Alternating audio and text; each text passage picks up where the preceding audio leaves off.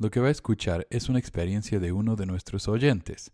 Las experiencias compartidas solo son para mostrar cómo y por qué algunas personas se alejan de la Iglesia Sud y las opiniones que incluyen pueden o no coincidir con las de Pesquisas Mormonas.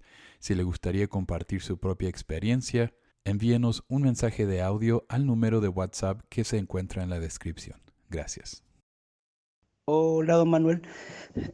En resumen, yo tengo harta experiencia en la religión mormona, pero quiero fraccionar una vivencia, una experiencia de una parte de mi vida en el mormonismo. La gota que rebalsó el vaso.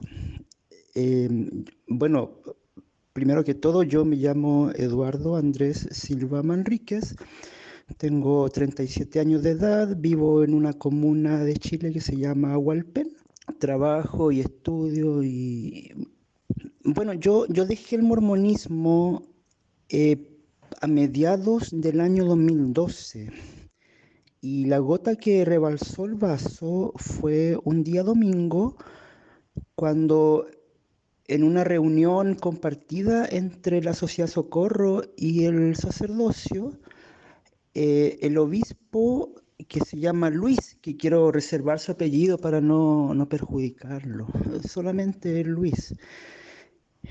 Eh, el obispo tomó la clase compartida ese quinto domingo y, y él, como títere, comenzó a enseñar lo siguiente. Comenzó leyendo y analizando Génesis capítulo 1, versículo 1 en adelante. Y comenzó a leer en cuanto a la creación del mundo, que Dios creó los cielos, la tierra, las aguas, el firmamento, la expansión, todo eso. Todos los versículos típicos que seguramente los oyentes conocen, porque son versículos muy conocidos, los primeros versículos de la Biblia en cuanto a la creación. Entonces, él leía algunos versículos y daba una explicación en cuanto a eso, la creación de los animales, de los árboles, de la luna, el sol, etcétera, lo que todos sabemos. La creación del hombre, el sexto día, luego el descanso, el séptimo día. Y, y luego que él terminó, luego de algunos minutos, terminó de hacer todo ese análisis, luego pasó al tema que realmente quería compartir él, Luis. Luego él dijo estas palabras que recuerdo textualmente, dijo, hermanos, asimismo como Dios planificó la creación, lo preparó todo, se organizó, fue ordenado en crear todos los pasos que vimos de la creación, primero crear esto, luego lo otro, al final crear al hombre, la mujer. Asimismo, hermanos, ustedes prepárense, organicen todo lo necesario, planifiquen su vida, ordénense y paguen su diezmo. Y ese fue el mensaje principal que él quería dar desde el principio, desde la media hora antes que llevaba la clase. Y ahora voy a explicar por qué le digo títere. Porque él siempre quiso dar ese mensaje en cuanto a pagar el diezmo y ¿cómo?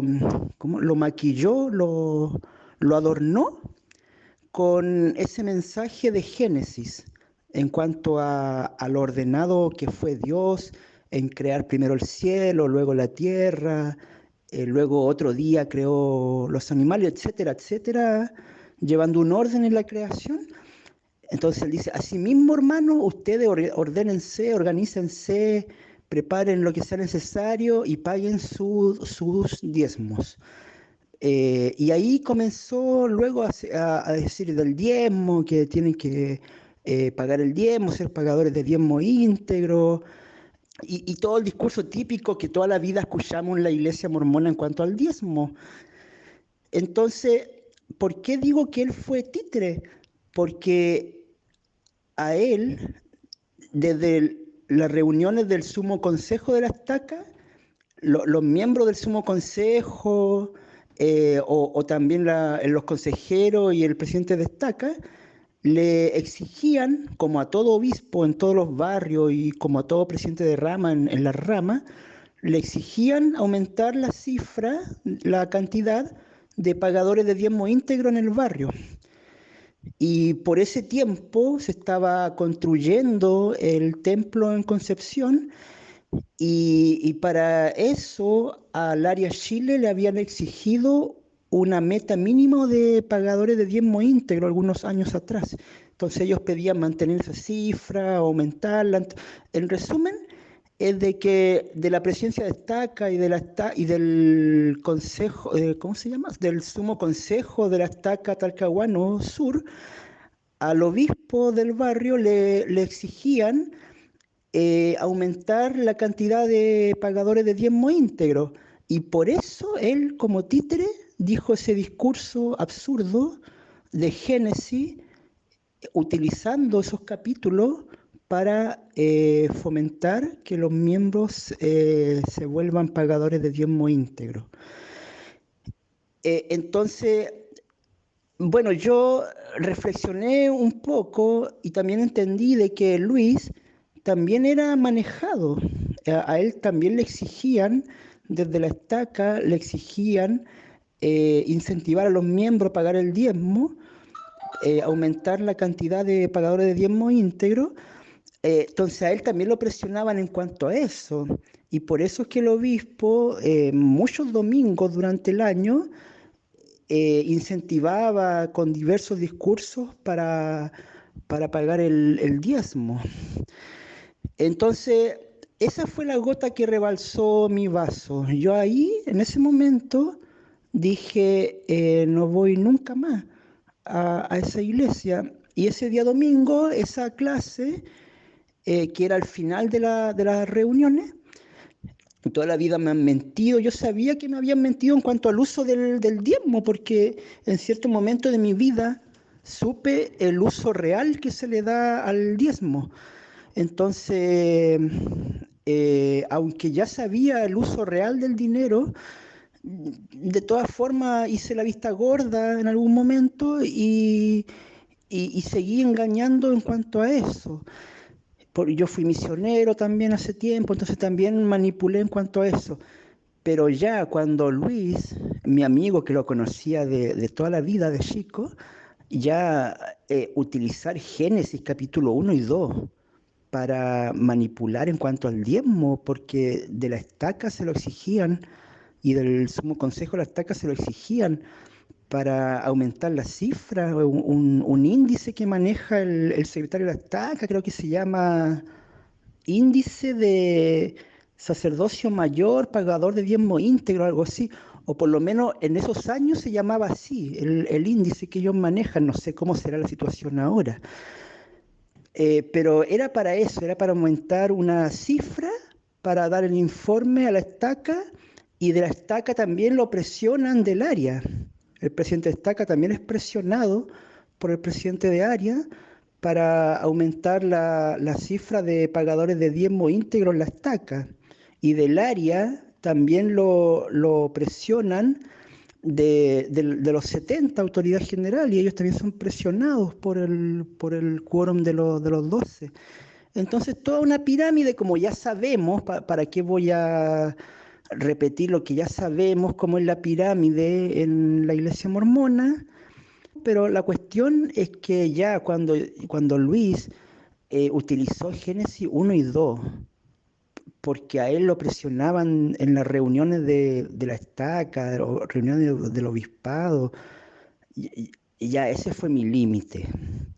Y ahí me fui, y ese día, domingo, que yo me fui de la iglesia, fui feliz.